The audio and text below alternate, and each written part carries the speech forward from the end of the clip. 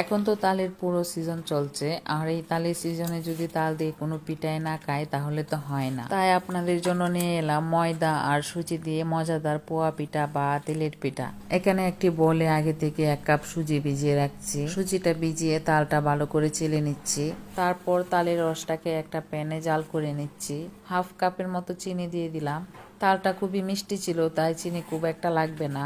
তালের রসটা হয়ে গিয়েছে, এখন ফ্যানের নিচে দিব ঠান্ডা হওয়ার জন্য। আর এদিকে আমি 1 কাপ সুজির সাথে হাফ কাপ ময়দা দিয়েছি, সামান্য একটু লবণ দিয়েছি, হাফ কাপের মতো তালের রস আর পরিমাণ মতো পানি দিয়ে ডোটা তৈরি করে নিচ্ছি। তেলটা গরম হয়ে গিয়েছে, এখন পিঠাগুলো দিয়ে দিচ্ছি। কড়াইটা দেখে অবাক হচ্ছেন তাই না? এরকম কড়াই আবার তেলের পিঠা হয়? আমি আসলে এরকম কড়াই তেলের পিঠা বানাই। এরকম কড়াই 4-5টা পিঠা একসাথে হয়ে যায় আর সময়ও কম লাগে। একটা একটা করে পিঠা বানালে তো অনেক সময় লাগবে, এত ধৈর্য আমার নেই, আমি এইভাবে বানিয়ে ফেলি। এরকম করে বানালেও কিন্তু পিঠার স্বাদ ভিন্ন হবে না, আপনারা ট্রাই করে দেখবেন। আমি কিন্তু প্রথমে 4টা পিঠা দিয়েছিলাম, তারপর দেখলাম আরও একটু জায়গা খালি আছে, তখন আরও একটা পিঠা দিয়ে দিয়েছি।